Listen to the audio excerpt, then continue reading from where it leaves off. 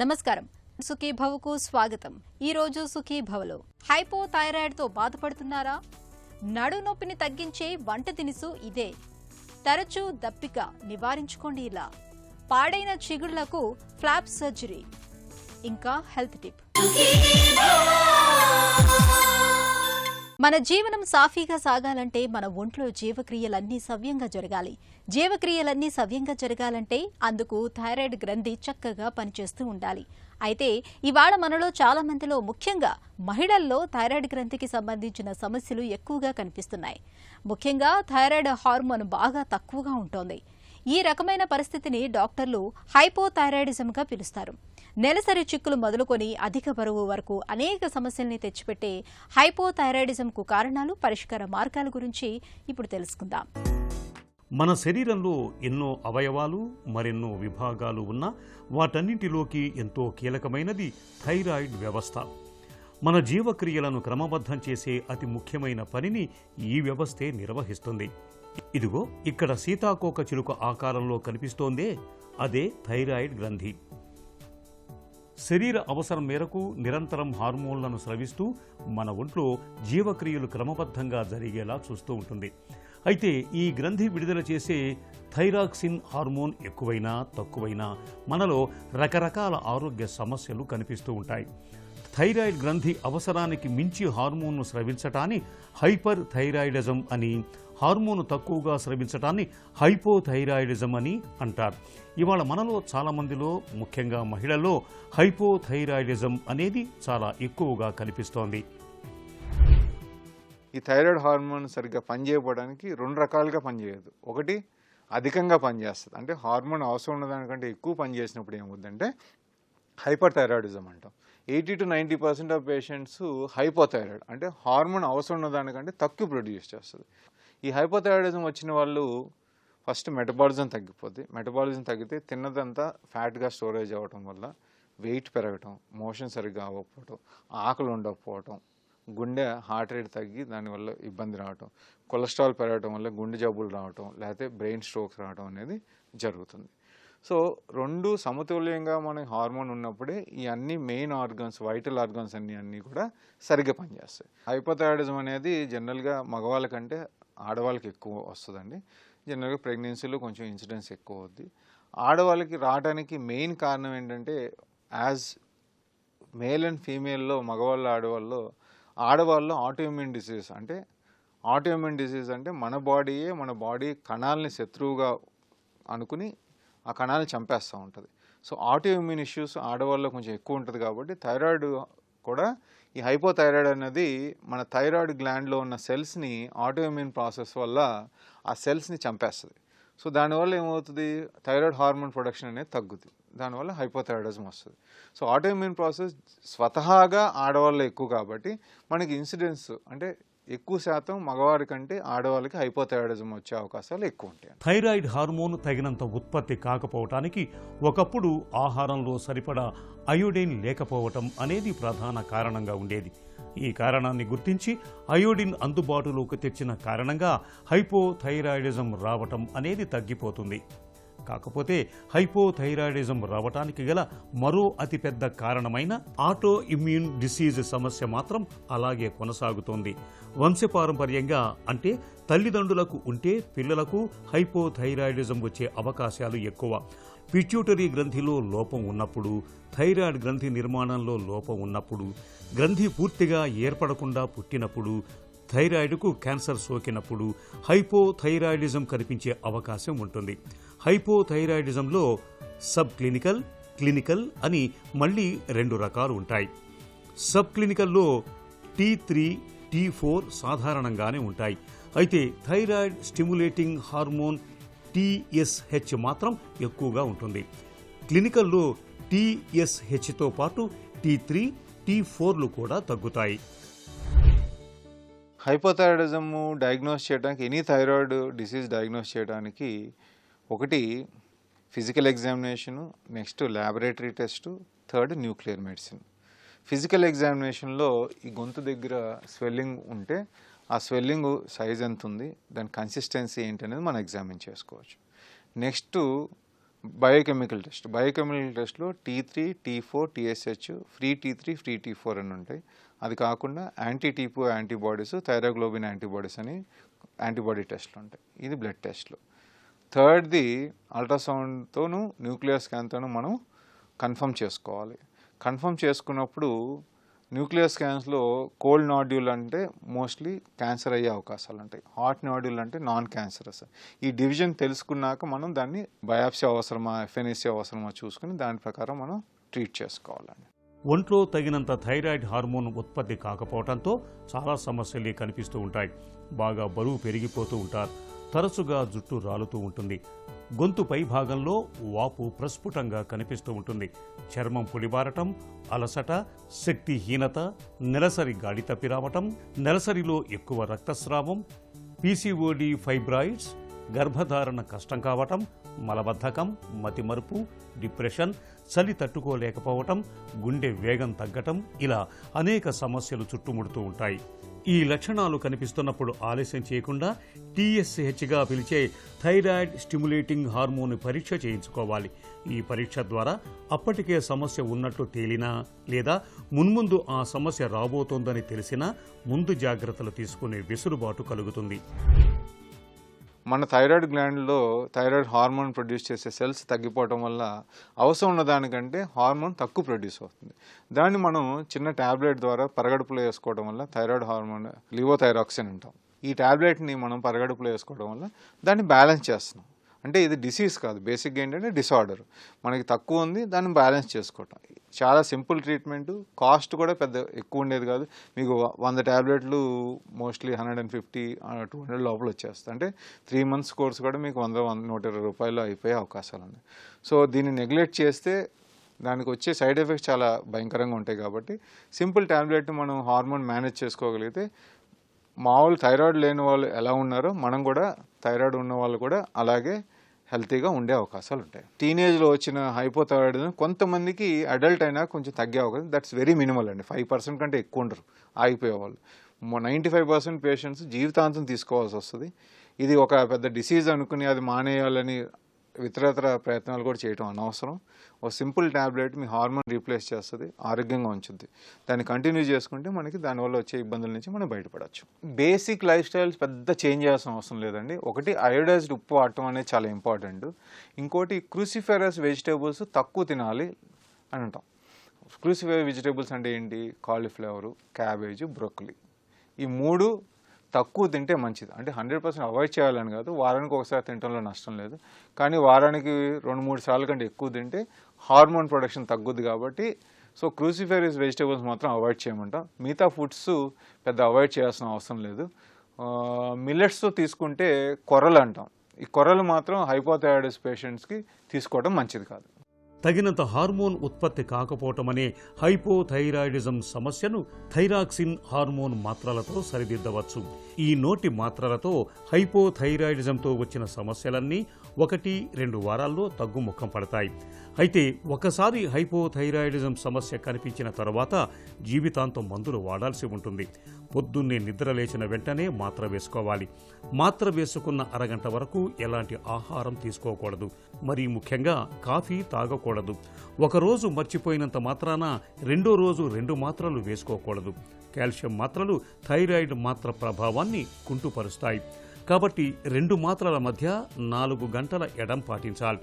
Iron కలిగి ఉండే multivitamin మాత్రలు వాడుతున్నా థైరాయిడ్ మాత్రలు పనిచేయవు. కాబట్టి వైద్యుల సలహా తీసుకోవాలి. ఇలా అన్ని రకాలుగా తగిన జాగ్రత్తలు తీసుకుంటూ కనీసం ఏడాదికోసారైనా TSH పరీక్షను చేయించుకుంటూ ఉండాలి. హెల్త్ న్యూస్ మీకోసం.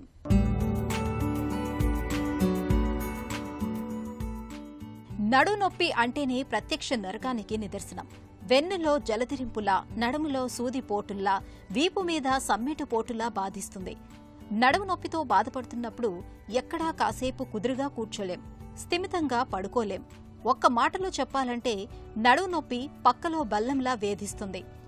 నడునొప్పి తగ్గటానికి స్ప్రేలు, మందులు ఎన్ని వాడినా అవి తాత్కాలిక ఉపశమనాన్ని అందిస్తాయే గాని సమస్యకు సరైన పరిష్కారాన్ని ఇవ్వలేవు.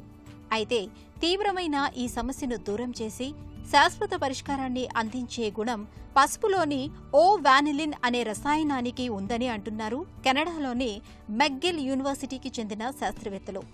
సాధారణంగా మన శరీరంలో కణాలు విభజన చెందుతూ కొత్త కణాల్ని పుట్టిస్తాయి. అయితే కొన్ని కణాలు అలా విభజన చెందకుండా వృద్ధాప్య దశలోకి వెళ్లి అలానే ఉండిపోతాయి. వీటినే సైనసెంట్ కణాలని పిలుస్తారు. వీటి వల్ల మంచి కన్నా చెడే ఎక్కువగా జరుగుతుంది. ఇవి ఆరోగ్యంగా ఉన్న పక్క కణాల్ని కూడా దెబ్బతీస్తూ ఉంటాయి. అందుకే వీటిని జాంబీ సెల్స్ అని అంటారు. ఇవి నడుం దగ్గర ఉండే ఇంట్రావర్టెబ్రల్ డిస్కుల దగ్గరకు చేరి అక్కడ డిస్కు కదలికల్ని అడ్డుకుంటూ ఉంటాయి. నొప్పి నివారణ మాత్రలు, మందులు కూడా పనిచేయకుండా చేసి నడుం నొప్పి సమస్యని మరింతగా పెంచుతూ ఉంటాయి. అయితే పసుపులోని ఓ వానిలిన్ మూలకానికి జాంబీ సెల్స్ ని ఆ ప్రాంతం నుంచి తొలగించి ఆరోగ్యకరమైన కణాలను వృద్ధి చేసే శక్తి ఉందని, తద్వారా నొప్పిని నయం చేయవచ్చని ఈ పరిశోధన పేర్కొంటోంది. ఎండలు మండిపోయే వేసవి కాలంలో తీవ్రమైన వేడి, ఉక్కుపోతల మూలంగా మనకు తరచూ దాహం వేస్తూ ఉంటుంది. నీళ్లెంతగా తాగుతున్నా ఒక పట్టాన దాహం తీరదు. దప్పికతో నాలుక పిడచకట్టుకుపోతూ ఉంటుంది. వేసవిలో మనకు పెద్ద సమస్యగా పరిణమించే ఈ అతిదాహానికి ఎలా అడ్డుకట్ట వేయాలి? దాహార్తిని తగ్గించుకునేందుకు ఏం చెయ్యాలో, ఎలాంటి జాగ్రత్తలు తీసుకోవాలో ఇప్పుడు తెలుసుకుందాం. వేసవిలో నీళ్లెంతగా తాగుతున్నా ఒక పట్టాన దాహం తీరదు. మళ్లీ దాహం వేస్తూ నాలుక పిడచకట్టుకుపోతుంటుంది. ఇలాంటప్పుడు అతిదాహం తగ్గడానికి కొన్ని ప్రత్యేకమైన జాగ్రత్తలు తీసుకుంటే మంచి ఫలితం ఉంటుంది. యాలకులు, అతిమధురం, ఉసిరిక పొడి, మిరియాలు, పంచదార బాగా కలిపి రోజుకు 2 సార్లు 1 స్పూన్ చొప్పున నిత్యం తీసుకుంటూ ఉంటే దప్పిక తీరి మంచి ఉపశమనంగా ఉంటుంది. అలాగే కొన్ని చలువ మిరియాలను నోటిలో వేసుకుని చప్పరిస్తూ ఉన్నా అతిదాహం తగ్గుతుంది. ధనియాలను కషాయంగా కాచి దానిలోకి తగినంత పంచదార కలుపుకొని తాగితే దాహార్తి తగ్గుతుంది. ఎండు ఖర్జూరం, ఎండు ద్రాక్ష కలిపి నీళ్లలో నానబెట్టి ఆ నీటిని తాగుతుంటే అతిదాహం సమస్యగా మారదు. చల్లని నీటిలో కాస్త పంచదార, నిమ్మరసం కలిపి తీసుకున్నా దాహం ఇట్టే తీరిపోతుంది. పునాది బలంగా ఉంటేనే ఇళ్లు దృఢంగా ఉంటుంది. అలాగే మన చిగుళ్లు బలంగా ఉంటేనే మన దంతాలు కూడా పటిష్టంగా ఉంటాయి. అయితే కొంతమందిలో ఇన్ఫెక్షన్లు, ఇతరాతర జబ్బుల కారణంగా చిగుళ్లు బాగా దెబ్బతినిపోతూ ఉంటాయి. ఇలాంటప్పుడు మందులతో ఫలితం ఉండదు. తప్పనిసరిగా సర్జరీని చేయాల్సి ఉంటుంది. చిగుళ్లను బాగుచేసి ఈ రకమైన చికిత్సను ఫ్లాప్ సర్జరీగా పిలుస్తారు. ఫ్లాప్ సర్జరీ గురించిన పూర్తి వివరాల్ని డాక్టర్ని అడిగి ఇప్పుడు తెలుసుకుందాం. ఫ్లాప్ సర్జరీ అంటే ఏంటి? ఫ్లాప్ సర్జరీ అంటే ఏంటో తెలుసుకునే ముందు మన ఎనాటమీ ఆఫ్ ద టూత్ అనేది తెలుసుకోవాలి. సో యూజువల్గా ఒక పన్నుకి క్రౌన్ పార్ట్, రూట్ పార్ట్ అనేది ఉంటుంది.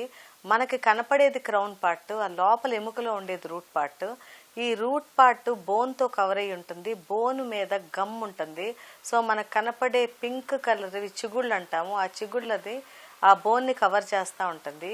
ఏ కారణం చేతైనా ఆ చిగుళ్ళు వాసినా, ఆ చిగుళ్ళ కింద గార పట్టినా, చిగుళ్ళ కింద గ్రాన్యులేషన్ టిష్యూ ఉన్నా, ఆ చిగుళ్ళ కింద ఎముక అరిగిపోయినా అప్పుడు మనం చేసేది ఫ్లాప్ సర్జరీ. సో ఈ చిగుళ్ళ లోపల ఉన్న పార్ట్ని మనం ఓపెన్ చేసుకుని దాన్ని చూస్తా మనం క్లీన్ చేసుకుని అది ప్రాబ్లం ఏంటో దాన్ని రెక్టిఫై చేసి చేసేదే ఫ్లాప్ సర్జరీ. సో ఈ ఫ్లాప్ సర్జరీ అనేది ఒక సర్జికల్ ప్రొసీజర్. ఈ ఫ్లాప్ని రిఫ్లెక్ట్ చేసి లోపల ఉన్నదంతా మనం క్లీన్ చేసుకుని దాని నుంచి వచ్చే ప్రాబ్లంని మనం క్యూర్ చేసుకునేదే ఫ్లాప్ సర్జరీ. ఫ్లాప్ సర్జరీ ఎవరికి ఎప్పుడు అవసరం? ఈ ఫ్లాప్ సర్జరీ ఎప్పుడు చేస్తామంటే మనం ఫస్ట్ ఏంటంటే పెరిడాంటైటిస్ ఉన్నప్పుడు. పెరిడాంటైటిస్ అంటే ఈ గమ్ కింద ఉన్న ఎముక అరిగిపోయి, ఆ ఎముకంతా అరిగిపోయి గ్రాన్యులేషన్ టిష్యూ ఫామ్ అయ్యి గమ్స్ నుంచి బ్లడ్, పస్సు కనుక వస్తూ ఉంటే అప్పుడు మనం చేస్తాం ఫ్లాప్ సర్జరీ. అది కాకుండా బాగా బ్లీడింగ్ గమ్స్ మనం ఎన్నిసార్లు క్లీన్ చేసినా కూడా అది ప్రాబ్లం ఉంటే కనుక అప్పుడు దాన్ని ట్రీట్ చేయడానికి ఫ్లాప్ సర్జరీ చేస్తాము.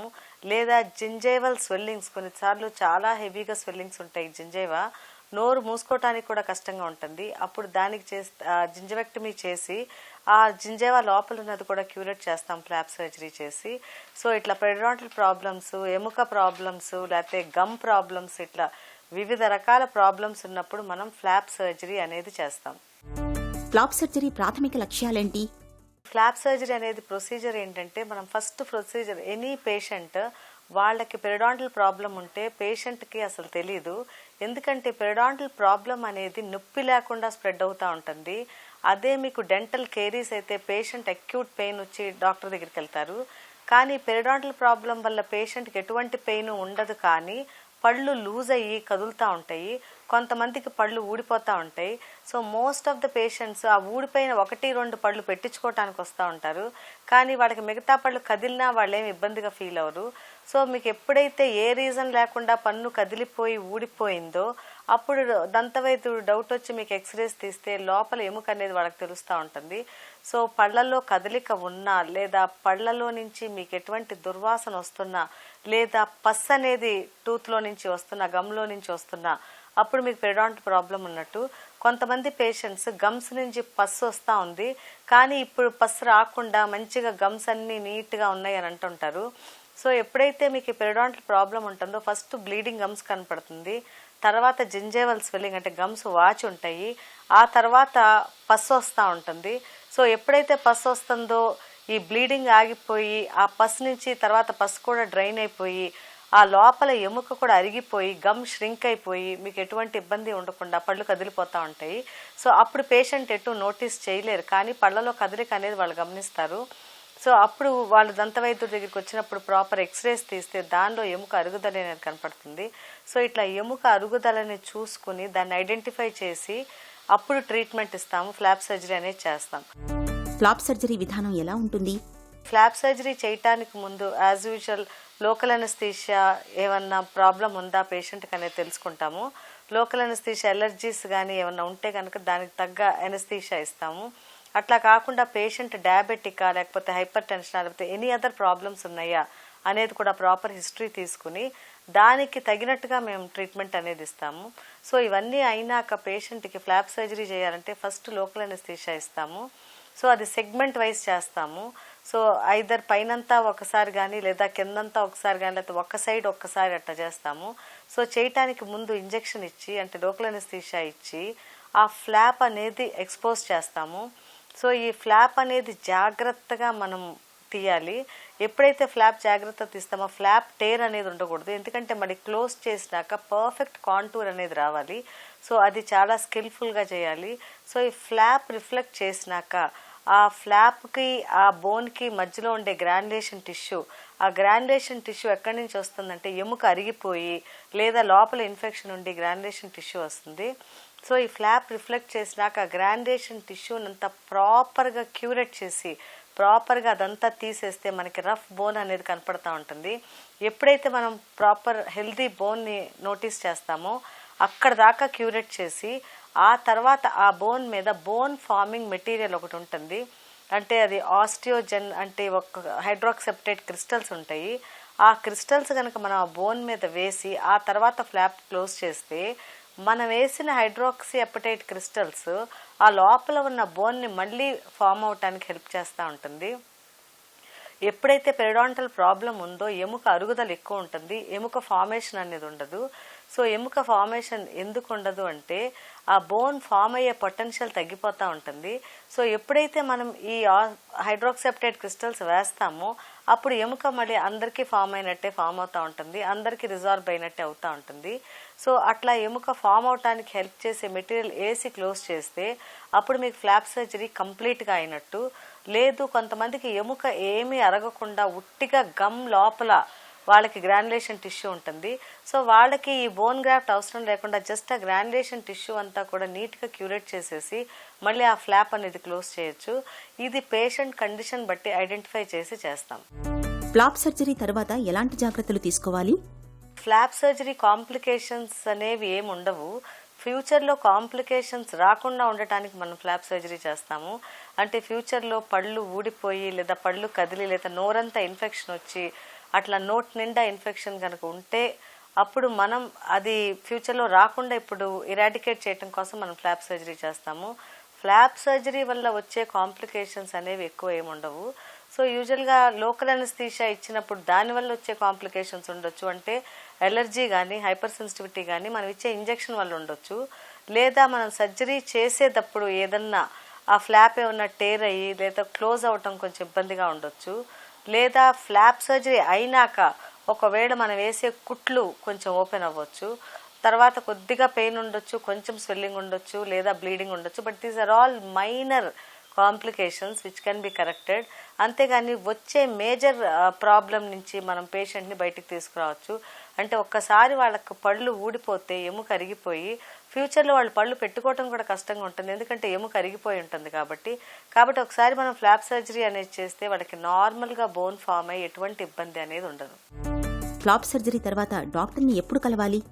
ఈ ఓరల్ హైజీన్ మనం మెయింటైన్ చేస్తూ ఉంటే, ఎప్పుడైతే ఎవ్రీ డే మనకి రోజు ప్లాక్ అనేది ఫామ్ అవుతూ ఉంటుంది గమ్స్ దగ్గర, ఆ ప్లాక్ మనం ఎవ్రీడే క్లీన్ చేసుకుంటే ఎటువంటి ఇబ్బంది ఉండదు. మనం క్లీన్ చేసుకోకపోతే ఆ ప్లాక్ అనేది గట్టిగా క్యాలిక్యులస్ అయిపోతుంది. ఆ క్యాలిక్యులస్ గమ్ కిందకి వెళ్ళిందంటే వాళ్ళు ఎంత బ్రష్ చేసుకున్నా కూడా పోదు. అప్పుడు అది మనం క్లీనింగ్ చేయించుకుంటే పోతుంది. సో చాలామంది ఏంటంటే అది గట్టిగా అయిపోయింది, మాకు ఎటువంటి ఇబ్బంది లేదు, మేము రోజు ట్వైస్ బ్రషింగ్ చేస్తున్నాం కదా అనుకుంటారు. సో ఆ క్యాలిక్యులస్ క్లీన్ చేయకపోతే అప్పుడు అది ఇంకా గమ్ లోపలికి వెళ్ళిపోయి దానిలో బ్యాక్టీరియల్ డిపాజిట్స్ ఉండి అది ఎముకను అరగదీసేస్తూ ఉంటుంది. సో వాళ్ళకి బ్లీడింగ్ గమ్స్ అనేది వస్తూ ఉంటుంది. బ్లీడింగ్ గమ్స్ ఉన్నప్పుడు వాళ్ళు బ్రష్ చేయడానికి కూడా ఇబ్బంది పడి చాలామంది పైన బ్రష్ చేసేసుకుని మౌత్ వాష్లు వాడుతూ ఉంటారు. సో ఎప్పుడైతే ఇంప్రాపర్ బ్రషింగ్ ఉందో, ఎప్పుడైతే క్యాలిక్యులస్ లోపల ఉందో అప్పుడు ఇంకా ఎక్కువ అరుగుదల అనేది ఉంటుంది. కాబట్టి మీరు ఎవ్రీ 6 months దంతవైద్యుని సంప్రదిస్తే మీకు ఏమైనా ప్రాబ్లం ఉంటే వాళ్ళు నోటీస్ చేసి సింపుల్ ప్రొసీజర్ క్లీనింగ్ చేస్తే అయిపోతుంది. అలా కాకుండా మీరు నెగ్లెక్ట్ చేసి ఎముక అరుగుదల దాకా ఉంటే ఫ్లాప్ సర్జరీ అనేది కంపల్సరీ చేయాల్సి వస్తుంది. చిగుళ్లు బాగా పాడైనప్పుడు దెబ్బతిన్న చిగుళ్లను తిరిగి బాగు చేసేందుకు ఫ్లాప్ సర్జరీ బాగా ఉపయుక్తంగా ఉంటుంది. ఈ సర్జరీ సాయంతో చిగుళ్లకు తిరిగి పునర్జీవనాన్ని తీసుకురావచ్చు. ఇక ఈ రోజు కార్యక్రమాన్ని ముగించే ముందు ఒక చిన్న చిట్కా మీకోసం.